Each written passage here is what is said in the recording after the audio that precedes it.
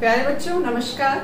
मैं जया सिंह, सहायक अध्यापिका केश कुमारी राजकीय बालिका इंटर कॉलेज सुल्तानपुर। बच्चों आप सभी का इस कक्षा में मैं स्वागत करती हूँ।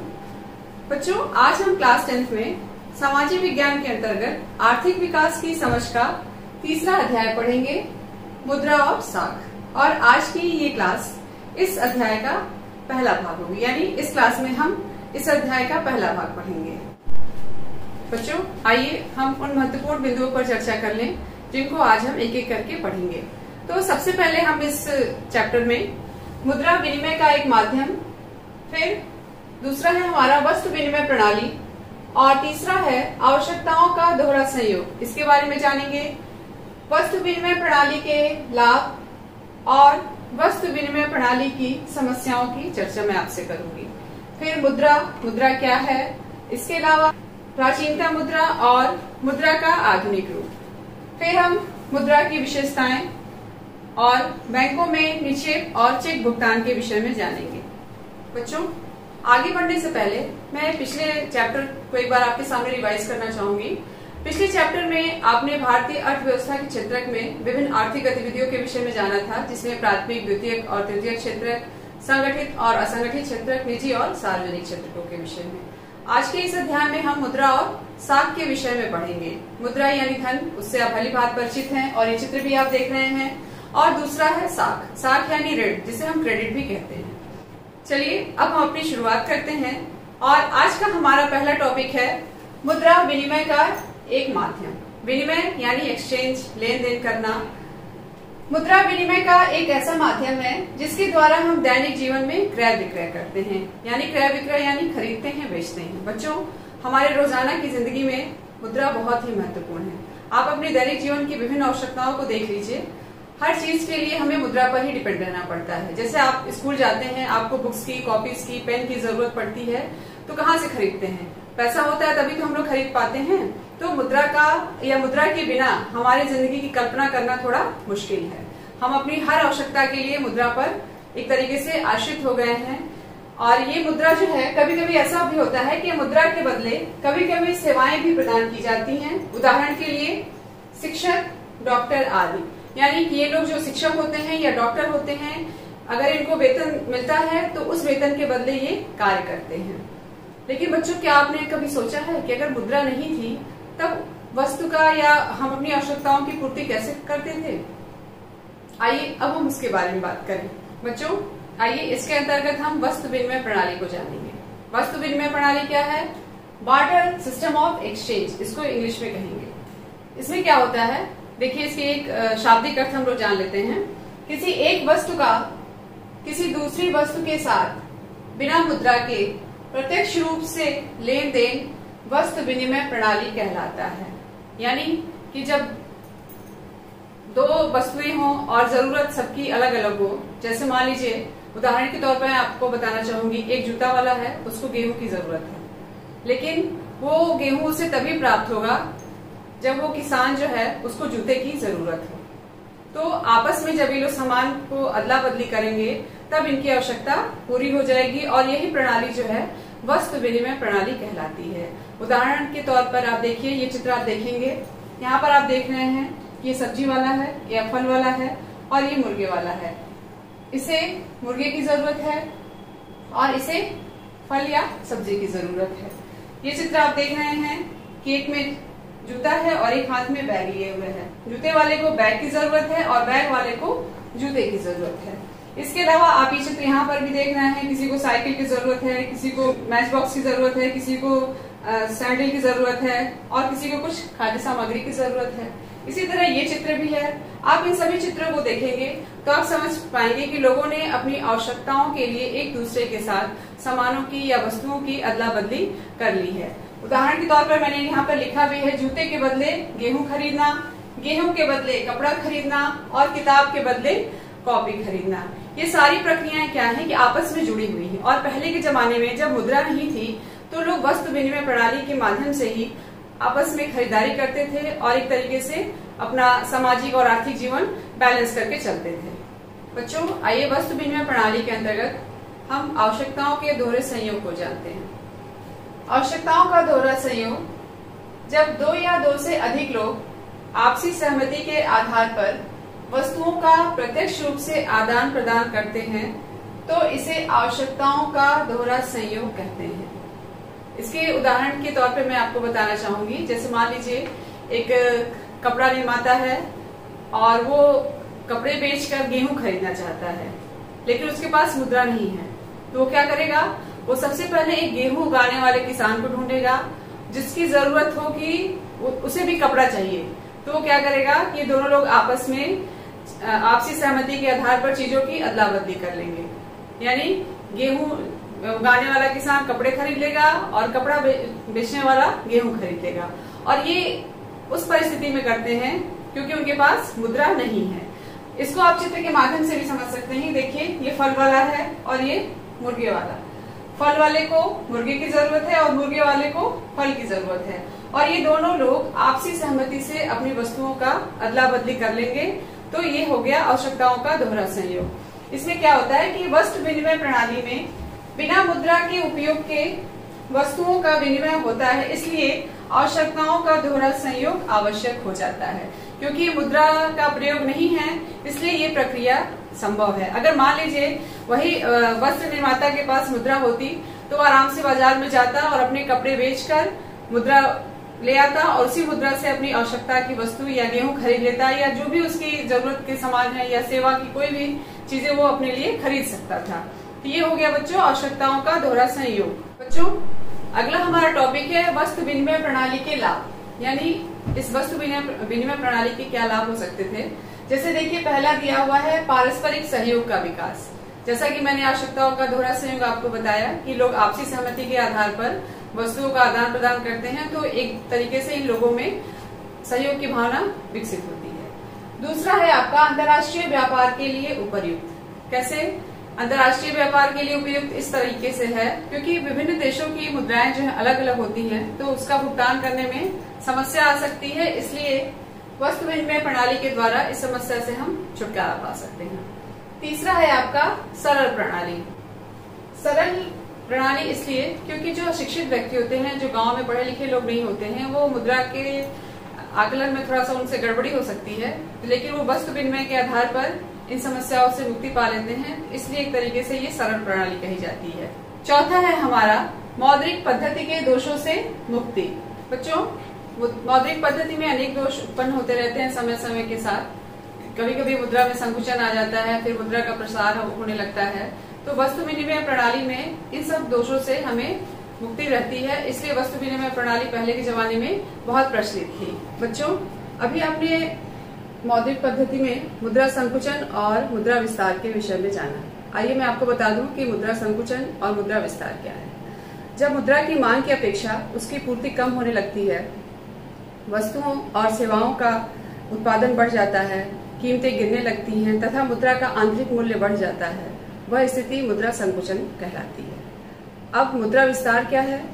मुद्रा विस्तार में मुद्रा की मात्रा बढ़ जाती है, जबकि वस्तुओं तथा सेवाओं की मात्रा जो है उसकी तुलना में कम हो जाती है, वो मुद्रा विस्तार कहलाता है। पांचवा है हमारा विनिमय प्रक्रिया द्वारा दोनों पक्षों को लाभ। इसके अंतर्गत बच्चों, जिन व्यक्तियों के पास वस्तुओं की अधिकता होती है, उनके पास इस अधिकता वाली वस्तुओं का उपयोग कम होता है, तो वो क्या करते हैं कि दूसरे व्यक्ति के साथ अपने इस वस्तु को बदल लेते हैं और जो अधिक उपयोगी वस्तु होती है उसको खरीदने का प्रयास करते हैं। इसका लाभ इन दोनों ही पक्षों को मिलता है, क्योंकि जो विनिमय प्रक्रिया में इन लोगों ने अपने उपयोग की वस्तुओं का आदान प्रदान कर लिया और इस कारण से मांग और पूर्ति में संतुलन भी बना रहता है। जो अब हम वस्तु विनिमय प्रणाली की समस्याओं के विषय में आपसे चर्चा करेंगे। इसके अंतर्गत सबसे पहले है आपका वस्तु विभाजन की कठिनाई। वस्तु विभाजन की कठिनाई क्या है? जैसे मान लीजिए कुछ वस्तुएं ऐसी होती हैं जिनका हम विभाजन नहीं कर सकते हैं। जैसे मान लीजिए टीवी हो गई, आपका कार है और हाथी है, हाथी ले लेते हैं। ये सब ऐसी वस्तुएं हैं जिनका हम विभाजन नहीं कर सकते हैं, क्योंकि विभाजन प्रणाली में वस्तुओं की अविभाज्यता भी एक बहुत महत्वपूर्ण कारण बनती है और इसके बदले में जो इनके स्वामी होते हैं, इनके स्वामी को उचित मूल्य प्राप्त नहीं होता है। तो ये तो बात हो गई बच्चों वस्तु विभाजन की कठिनाई। दूसरा है हमारा वैकल्पिक आवश्यकता का अभाव। बच्चों, इसके अंतर्गत आवश्यकताओं का दोहरा संयोग सबसे बड़ी समस्या बनकर सामने आता है। इसमें क्या होता है कि एक व्यक्ति को दूसरे व्यक्ति की तलाश करनी पड़ती है, जिसके पास उसकी आवश्यकता की वस्तु हो और वह व्यक्ति भी अपनी वस्तु के बदले उस मनुष्य से वस्तुओं का आदान प्रदान करना चाहे। जैसे कि मैंने आपको बताया कि कपड़ा व्यवसायी को गेहूं की जरूरत थी और उसके लिए उसने गेहूं के किसान को खोजा जो गेहूं उगाता हो, और उससे आपस में इन दोनों लोगों ने अदला बदली की थी। तो ये एक बड़ी समस्या है।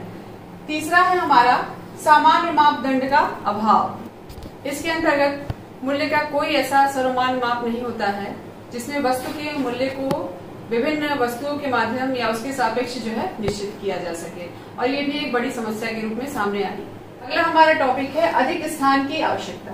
बच्चों, जब क्या होता है, आपने देखा कि जब कपड़ा व्यवसायी ने गेहूं खरीदा तो उसके घर में या उसके पास हो सकता है कि इतनी जगह ना हो कि उन वस्तुओं का वो संचय कर सके। तो ये संचय की प्रॉब्लम भी सामने आती है और इस वजह से लोगों को उन वस्तुओं को रखने में अधिक स्थान की जरूरत पड़ती है, जो एक समस्या बनकर सामने आती है। अगला है हमारा मूल्य संचय की असुविधा। इसके अंतर्गत बच्चों, वस्तुओं को अधिक दिनों तक संचित करके नहीं रखा जा सकता है, क्योंकि कुछ वस्तुएं ऐसी होती हैं जो जल्दी नष्ट हो जाती हैं और उनके मूल्य भी स्थिर नहीं होते, यानी समय के साथ उनके मूल्य बदलते रहते हैं। और एक और महत्वपूर्ण चीज ये है कि उपभोक्ताओं की पसंद भी बदलती रहती है। जरूरी नहीं है कि आज जिस वस्तु को हमने संचय किया वो भविष्य में उसका मूल्य जो है अधिक भी हो जाए और उपभोक्ताओं को पसंद भी आए, इसलिए ये समस्या एक महत्वपूर्ण कारण बनती है।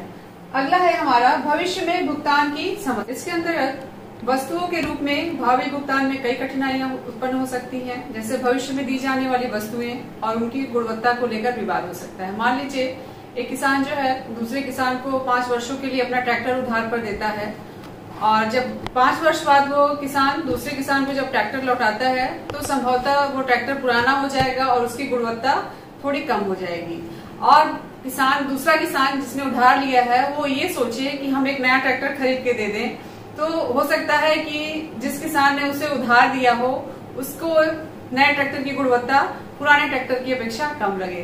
तो ये परिस्थितियां विवाद का कारण भी बन जाती हैं, जिस वजह से वस्तु विनिमय प्रणाली बहुत ज्यादा सफल नहीं हो पाई।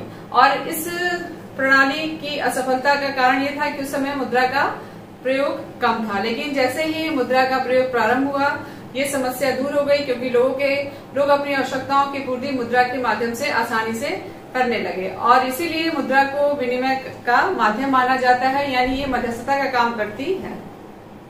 अब हमारा अगला टॉपिक है मुद्रा। मुद्रा ये हमारे दैनिक जीवन में बहुत ही महत्वपूर्ण है। जैसा कि मैंने आपको शुरुआत में ही बताया कि मुद्रा के बिना वर्तमान जीवन की कल्पना थोड़ी मुश्किल है। मुद्रा विनिमय प्रक्रिया में मध्यस्थता का काम करती है। मुद्रा किसे कहते हैं, आइए जानते हैं। आप इस चित्र को देख रहे हैं और मैं उम्मीद करती हूँ कि आप सभी इससे परिचित होंगे भली भांति। मुद्रा पैसे या धन के उस रूप को कहते हैं जिससे दैनिक जीवन में क्रय विक्रय होता है, यानी हम जो सामान खरीदते बेचते हैं वही मुद्रा की परिभाषा के रूप में हम जान सकते हैं। इसमें सिक्के व कागज के नोट दोनों ही शामिल हैं। चित्र देख रहे हैं, इसमें कागज के नोट भी हैं और सिक्के भी शामिल हैं। हमारा अगला टॉपिक है प्राचीनतम सिक्के। मुद्रा की कई कैटेगरीज हैं, तो सबसे पहले हम जब ये जानेंगे कि जिस तरह से आधुनिक मुद्रा का प्रचलन नहीं हुआ था तो प्राचीनतम मुद्रा कैसी थी। प्राचीनतम मुद्रा में देखिए, प्राचीन काल में सोने, चांदी और तांबे जैसी धातुओं से बने हुए सिक्कों का प्रचलन था। आप ये चित्र देख रहे हैं, ये सारे चित्र जो हैं आप ये देखिए, ये आहत मुद्राएं हैं, ये सोने के सिक्के हैं, ये भी एक सिक्का है, और ये वर्तमान के सिक्के हैं। पहले 5 पैसे थे, फिर ये पुराना, ये 1981 का एक सिक्का है, और ये 2001 का सिक्का है। आप इसे देख सकते हैं। अब आहत सिक्के, गुप्तकालीन सिक्के, तुगलककालीन सिक्के और अकबरकालीन और आधुनिक सिक्के। आहत सिक्के क्या हैं? आहत सिक्कों को पंचमार्क सिक्के भी कहा जाता था और इन्हें ठोककर या पीटकर बनाया जाता था। एक तरीके से उनपे ठप्पा लगा दिया जाता था, और उस समय ये जो आहत सिक्के थे ये किसी राजा या किसी व्यक्ति विशेष द्वारा बनाए गए सिक्के नहीं थे। ये जो व्यापारी आपस में व्यापार करते थे उसके लिए इन्होंने आहत सिक्कों का निर्माण किया था। उसके बाद जैसे जैसे आगे बढ़ते हैं हम चंद्रगुप्त विक्रमादित्य के सिक्कों की बात करते हैं। चंद्रगुप्त विक्रमादित्य ने भी जो सिक्के बनाए थे वो भी बहुत प्रसिद्ध हुए। उसके बाद हम सीधे तुगलक काल पे आते हैं। मोहम्मद बिन तुगलक के सिक्के बहुत ही इतिहास में प्रसिद्ध हैं। सांकेतिक मुद्रा का उसने प्रचलन कराया था। और फिर अकबर ने सोने के सिक्के बनवाए थे। उसके सिक्कों पर ज्यादातर सूर्य, चंद्रमा और हिंदू देवी देवताओं के भी चित्र बने हुए थे। और आधुनिक सिक्के आप देख रहे हैं। आधुनिक सिक्कों के रूप में आप इन्हें ध्यान से देखेंगे तो इस तरह से देखा जाए तो जब भारत में मुद्रा का बहुत ज्यादा व्यापक तौर पर प्रचलन नहीं था, वस्तु विनिमय प्रणाली थी, तो धीरे धीरे प्रक्रिया में परिवर्तन आया और हमारे पास आधुनिक मुद्रा सामने आई। बच्चों, आहत सिक्के जो हैं ये 2500 वर्ष पुराने हैं और पुराने जमाने में भी जब वस्तु विनिमय प्रणाली थी उस समय भी इन मुद्राओं का प्रचलन था ही। लोग धात्विक और मिश्रित धातुओं से बने सिक्कों का प्रयोग किया करते थे सामान को खरीदने में, लेकिन जैसे जैसे समय में परिवर्तन आया गया और जब आधुनिक मुद्रा का उदय हुआ तो इन धात्विक और मिश्रित सिक्कों का बनना बंद हो गया। बच्चों, अब हमारा अगला टॉपिक है मुद्रा का आधुनिक रूप। मुद्रा के आधुनिक रूप में कागज के नोट, जिसे हम करेंसी कहते हैं, और सिक्के शामिल हैं। आपने चित्र में देखा था, मैंने आपको इसके पहले की स्लाइड में दिखाया था कागज के नोट और सिक्के, और आप भली भांति से परिचित होंगे। लेकिन वर्तमान समय में जब 2016 में नोटबंदी हुई थी, उसके बाद प्लास्टिक मुद्रा का प्रचलन भी बढ़ गया है। जैसे क्या कौन कौन सी प्लास्टिक मुद्राएं हैं देख लीजिए। एटीएम, डेबिट और क्रेडिट कार्ड, पेटीएम आदि। आप तरह तरह के दुकानों पर जाते हैं तो आपको एक एक कोड होता है, उसको स्कैन करना होता है। तमाम तरह के हैं, गूगल पे भी है। तो इनके माध्यम से क्या हो गया है कि जो मुद्रा का हेरफेर होता था वो अब नहीं हो गया है। डायरेक्टली हम डिजिटल अकाउंट यूज करते हैं और उससे हम लेन देन अपना सुचारू रूप से करते हैं। अब हमारा अगला टॉपिक है मुद्रा की विशेषताएं। मुद्रा को विनिमय का माध्यम माना गया है। क्यों? क्योंकि भारत सरकार द्वारा मुद्रा ये प्राधिकृत की गई है, या किसी भी देश की मुद्रा जो है जिस सरकार द्वारा प्राधिकृत की जाती है वही विनिमय का माध्यम बनती है। भारत में भारतीय रिजर्व बैंक केंद्रीय सरकार की तरफ से नोट जारी करता है। भारतीय रिजर्व बैंक, जिसे हम आरबीआई कहते हैं, रिजर्व बैंक ऑफ इंडिया, उसे ये अधिकार है कि वही नोट जारी कर सकता है।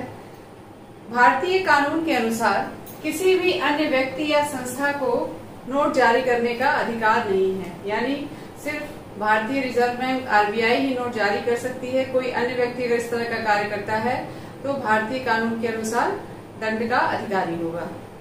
बच्चों, आरबीआई जो है एक गाइडलाइन जारी करती है, जिसके अंतर्गत क्या होता है कि भारत में रहने वाला कोई भी व्यक्ति रुपए की अदायगी को लेने से मना नहीं कर सकता। यानी रुपए को बिल्कुल प्राधिकृत या ऑथराइज किया गया है भारत सरकार द्वारा, इसलिए हम उसको मना नहीं कर सकते।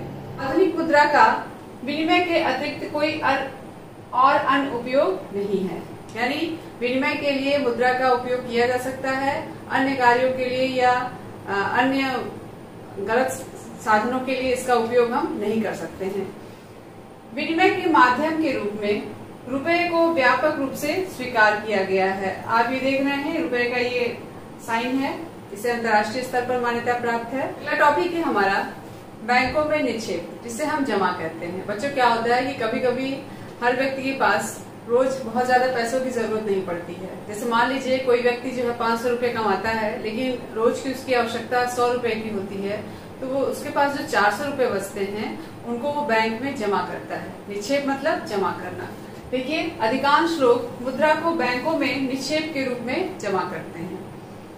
लोग अपने नाम पर एक बैंक खाता खोलते हैं और बैंकों में अपना अतिरिक्त पैसा जमा करते हैं। मान लीजिए किसान है, उसकी आय जो है और जिसकी आवश्यकता है, दोनों में अंतर है, तो वो जो भी अधिक पैसा होगा उसको अपने बैंक में जमा कर देगा और जब उसे जरूरत होगी तो बैंक से वो निकालने का अधिकारी होगा।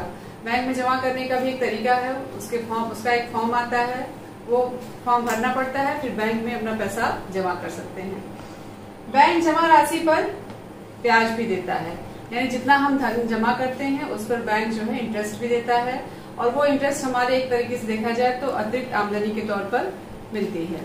बच्चों, बैंक में जमा धन को जमाकर्ता अपनी आवश्यकता अनुसार निकाल भी सकता है। जब उसे जरूरत पड़ी तो वो एक फॉर्म भरेगा और अपना पैसा बैंक से निकाल भी सकता है। ये सुविधा मिली हुई है कि अगर आपका खाता बैंक में खुल गया है तो आप आसानी से अपना पैसा कभी भी निकाल सकते हैं, कभी भी जमा कर सकते हैं। बैंकों के साथ जमा राशि को मांग जमा कहते हैं, यानी डिमांड डिपॉजिट। मांग जमा क्या होता है? इसमें देखिए दिया हुआ है कि जो हम जमा राशि करते हैं बैंक में वही हमारी मांग जमा कहलाती है। तो अगला टॉपिक है हमारा चेक भुगतान। चेक भुगतान क्या है, यानी चेक से जो हम भुगतान करते हैं। तो आइए सबसे पहले हम चेक को जानें। चेक एक ऐसा कागज है जो बैंक को किसी व्यक्ति के खाते से चेक पर लिखे नाम के किसी दूसरे व्यक्ति को एक खास रकम का भुगतान करने का आदेश देता है। अभी तक हम लोगों ने बैंक में जमा राशि के विषय में जाना कि जब कुछ पैसे जो है हम बैंक में जमा कर देते हैं।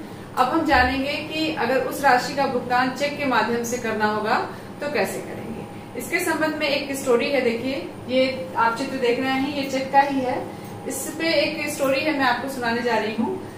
इसमें क्या है कि एक जूता निर्माता है एम सलीम को चमड़ा आपूर्तिकर्ता को भुगतान करना है और इसके लिए वह एक विशेष रकम का चेक लिखता है। अर्थात जूता निर्माता अपने बैंक को चमड़ा आपूर्तिकर्ता को यह रकम देने का आदेश देता है। चमड़ा आपूर्तिकर्ता यह चेक ले जाकर अपने बैंक खाते में जमा कर देता है। यह धन एक बैंक के खाते से दूसरे बैंक के खाते में कुछ दिनों में हस्तांतरित हो जाती है और यह लेन देन बिना नकद की अदायगी के पूरा हो जाता है। बच्चों, इस चेक के माध्यम से ये समझाने का प्रयास किया गया है कि चमड़ा आपूर्तिकर्ता ने जो जूते का व्यापारी था उससे कुछ धनराशि ली और उस धनराशि का उसने चेक साइन किया और उसके वो अपने खाते में ले जाता है, जमा करता है और वो धनराशि उसके खाते में चली आती है और यह लेन देन जो है बिना नकद की अदायगी के पूरा हो जाता है, यानी डायरेक्ट नहीं होता है। ये सारा काम बैंक के माध्यम से हो जाता है। ये आप चेक देख रहे हैं। इस चेक में क्या क्या विशेषताएं होती हैं। सबसे पहले तो हम इस चेक पे जिस व्यक्ति को हमें चेक देना है, यानी मान लीजिए इसमें एक नाम है प्रेम कुमार और हमें प्रेम कुमार को चेक देना है, तो सबसे पहले हम उनका नाम लिखेंगे, डेट लिखेंगे जिस दिन हम उनको चेक काट के देते हैं। उसके बाद यहाँ पर रुपए लिखेंगे, यानी जितनी मनी उनको हम देंगे, पैसा देंगे, वो हम शब्दों में यहाँ पर लिखेंगे और अंकों में यहाँ पर लिखेंगे।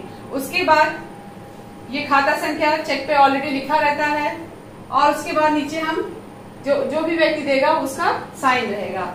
ये सारी चीजें चेक पे पहले ऑलरेडी लिखी रहती हैं। इसमें कुछ नया नहीं करना रहता है, सिर्फ हमें धनराशि और जिस व्यक्ति को देना रहता है उसका नाम और अपनी साइन करनी रहती है। अगला है हमारा चेक से भुगतान के लिए भुगतानकर्ता जिसका किसी बैंक में खाता है एक निश्चित रकम के लिए चेक काटता है। चेक में बिना नकद के इस्तेमाल किए सीधे भुगतान का माध्यम स्वीकार है, यानी आप बैंक से अपनी धनराशि जो भी जमा राशि है उस पर अपना चेक काट के दूसरे व्यक्ति को धन की आपूर्ति कर सकते हैं। बच्चों, चेक से कुछ और भी सुविधाएं हैं, जैसे आपने मांग जमा के विषय में जाना। मांग जमा के बदले चेक से भुगतान करना बहुत ही आसान होता है। इसमें क्या होता है कि नकद का इस्तेमाल भी नहीं होता है और व्यक्ति आसानी से अपना नकद जो है दूसरे व्यक्ति को ट्रांसफर भी कर लेता है और इसमें किसी भी प्रकार की कोई चोरी या छीना झपटी की गुंजाइश भी नहीं रहती है और हमारा धन भी सुरक्षित हाथों में पहुंच जाता है। बच्चों, आज इस अध्याय का पहला भाग समाप्त हुआ और इस अध्याय में जितनी भी मैंने महत्वपूर्ण बातें बताई आपने ध्यान से नोट किया होगा, जैसे वस्तु विनिमय प्रणाली क्या है, मुद्रा क्या है और आवश्यकताओं का दोहरा संयोग क्या है, इसके विषय में मैंने आपको बताया। लास्ट में मैं आपको कुछ प्रश्न दे रही हूँ, आप इसे अपने नोटबुक में लिखेंगे। आइए प्रश्नों की चर्चा करते हैं। नंबर 1, वस्तु विनिमय प्रणाली किसे कहते हैं। मैंने आपको बताया कि जब दो लोग आपस में लेन देन करते हैं और अपनी सहमति के आधार पर वही वस्तु विनिमय प्रणाली है। दूसरा है आपका आवश्यकताओं के दोहरे संयोग का क्या तात्पर्य है। ये मैंने आपको बताया गेहूं और कपड़ा व्यवसायी का उदाहरण देकर, उसको आप ध्यान से देखेंगे और लिखेंगे। मुद्रा के आधुनिक रूप में क्या शामिल है, करेंसी नोट और सिक्कों के विषय में लिखेंगे। चौथा प्रश्न है आपका, भारत में केंद्रीय सरकार की तरफ से करेंसी नोट कौन जारी करता है। आंसर में आप भारतीय रिजर्व बैंक के विषय में लिखेंगे। पांचवा प्रश्न है, बैंक खातों में जमा धन को मांग के द्वारा निकालने को क्या कहते हैं। ये मांग, इसका आंसर आप मांग जमा के रूप में लिखेंगे। धन्यवाद।